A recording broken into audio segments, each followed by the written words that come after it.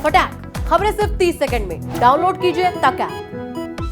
UP की सत्ता पर कौन काबिज होगा, इस बात का फैसला कुछ ही दिनों में हो जाने वाला है। और सत्ता की दौड़ में अखिलेश यादव की समाजवादी पार्टी गठबंधन भी लगातार दौड़ रही है। लेकिन सवाल यह है गुरु कि अगर अखिलेश यादव फिनिशिंग लाइन से पहले ही रुक जाते हैं तो क्या होगा, और अगर वो भारतीय जनता पार्टी को मात देकर सरकार बना लेते हैं तो क्या होगा। नमस्कार, मैं हूं रजत सिंह और आप देख रहे हैं यूपी तक। हम आपको बताने जा रहे हैं कि इस चुनाव में अखिलेश यादव के लिए क्या क्या दांव पर लगा हुआ है। सबसे पहले बात करते हैं उस परिस्थिति की जो अखिलेश यादव के लिए अच्छी हो सकती है, यानी कि अगर अखिलेश यादव को मन मुताबिक परिणाम मिल जाते हैं, वो बहुमत का 202 का आंकड़ा छू लेते हैं और सत्ता पर काबिज हो जाते हैं, तो इस स्थिति में अखिलेश यादव के लिए क्या क्या चीजें या परिस्थिति बनेंगी। अब जीतना किसे पसंद नहीं है, लेकिन अखिलेश यादव के लिए यूपी का ये 2022 इलेक्शन जीतना काफी जरूरी है। अब इसके पीछे भी कुछ गुणागणित है। पहली बात यह कि अभी तक अखिलेश यादव ने अपने दम पर कोई ऐसा बड़ा चुनाव नहीं जीता है। इससे पहले साल 2012 में समाजवादी पार्टी की सरकार थी, तब उस चुनाव में उनके पिता यानी मुलायम सिंह यादव, जिन्हें धरती पुत्र भी कहा जाता है, उनके चेहरे पर समाजवादी पार्टी चुनाव लड़ी थी। हालांकि अखिलेश यादव ने कई रैलियां और साइकिल यात्रा निकाली थी, लेकिन जो मेन चेहरा था वो मुलायम सिंह यादव का ही था।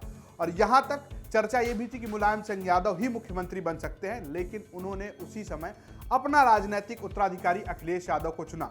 और जब अखिलेश यादव 2012 में सीएम बने, तब विपक्ष उन पर आरोप लगाता था कि यूपी में 4.5 मुख्यमंत्रियों की सरकार है, और उन 4.5 मुख्यमंत्रियों में जिस आधे मुख्यमंत्री की बात की जाती थी वो मुख्यमंत्री अखिलेश यादव ही थे। यानी कि अखिलेश यादव तब उतने बड़े नेता नहीं थे, लेकिन उनकी छवि तब बनी जब वो साल 2017 में अपने ही चाचा को हटाकर अपने पिता को पीछे कर पार्टी की कमान हासिल कर ली। उन्होंने पार्टी की जीत तो हासिल की, लेकिन 2017 में वो विधानसभा चुनाव हार गए, और उसके बाद 2019 में लोकसभा के चुनाव में भी उनकी पार्टी उस हिसाब से प्रदर्शन नहीं कर सकी जिस हिसाब की उम्मीद की जा रही थी। ऐसे में अखिलेश यादव के लिए अगर वो ये चुनाव जीतते हैं तो वो बड़े नेता के तौर पर उभर कर आएंगे, ना सिर्फ अपनी पार्टी के लिए बल्कि विपक्ष के लिए भी।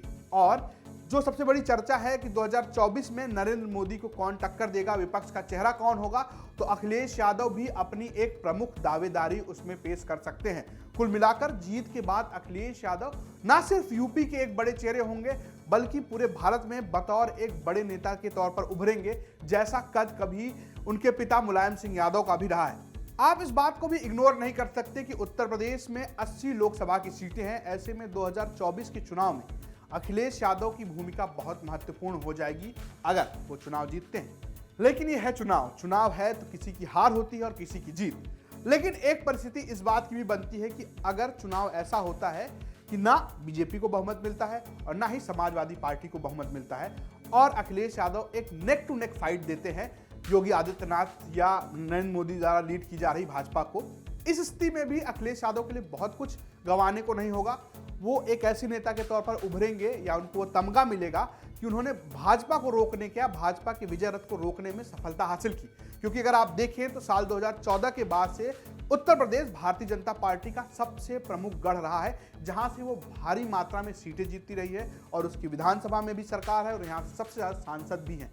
तो अखिलेश यादव अगर नेक टू नेक फाइट भी देते हैं तो वो उनका कद जो है वो काफी बढ़ सकता है, ना सिर्फ प्रदेश की राजनीति में बल्कि देश की भी राजनीति में। अब आते हैं उस पहलू पर कि अगर अखिलेश को मन मुताबिक, उम्मीद मुताबिक परिणाम नहीं मिलता है, यानी कि वो 100 सीटों के नीचे सिमट जाते हैं, या अपनी पुरानी जो स्थिति है यानी 47 विधायकों से भी उनकी स्थिति खराब हो जाती है, तब क्या होगा। ऐसे में अखिलेश यादव की राजनीतिक करियर को एक बड़ा धक्का लग सकता है, क्योंकि इससे पहले 2017 चुनाव में उन्होंने कांग्रेस के साथ गठबंधन किया था, यानी वो राहुल गांधी के साथ आए थे। उसके बाद 2019 में उन्होंने अपने सारे मतभेद भुलाते हुए मायावती के साथ गठबंधन किया था, जिसे महागठबंधन का नाम दिया गया था, और कहा जा रहा था कि अगर जाति समीकरण की बात करें तो आसानी से बीजेपी को मात दे देगी, लेकिन ऐसा हुआ नहीं। अब इन सब के बाद अखिलेश यादव ने आखिरी कोशिश की है, उन्होंने किसी बड़ी पार्टी के साथ गठबंधन नहीं किया, बल्कि छोटे छोटी पार्टियों को अपने साथ मिलाया है, जिसमें राजभर की पार्टी सुभाषपा है, आरएलडी है जयंत चौधरी की, इसके अलावा संजय चौहान की पार्टी है, तमाम ऐसी छोटी पार्टी है जिसमें कृष्णा पटेल की भी पार्टी शामिल है, अपना दल कमेरा। अब अगर अखिलेश यादव को मन मुताबिक परिणाम नहीं मिलता है तो बड़ा सवाल ये होगा कि वो आगे करेंगे क्या। उनके पास और राजनीतिक रणनीति है क्या, क्योंकि उन्होंने एक किस्म से गठबंधन के सारे फार्मूले अपना लिए हैं। अब उनके पास क्या फार्मूला बचेगा, ये सवाल होगा। दूसरा सवाल तो विपक्ष के लिए भी होगा कि क्या उत्तर प्रदेश में अब भाजपा को रोकने के लिए कोई बचा है।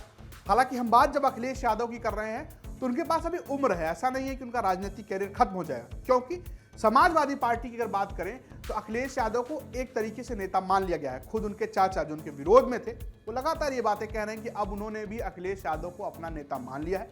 यानी मुलायम सिंह का तो उत्तराधिकार उनको मिल गया है, लेकिन ये चुनाव ये तय करेगा कि क्या जो मुलायम सिंह का राजनीतिक कद है उसका उत्तराधिकार अखिलेश यादव को मिलेगा या नहीं।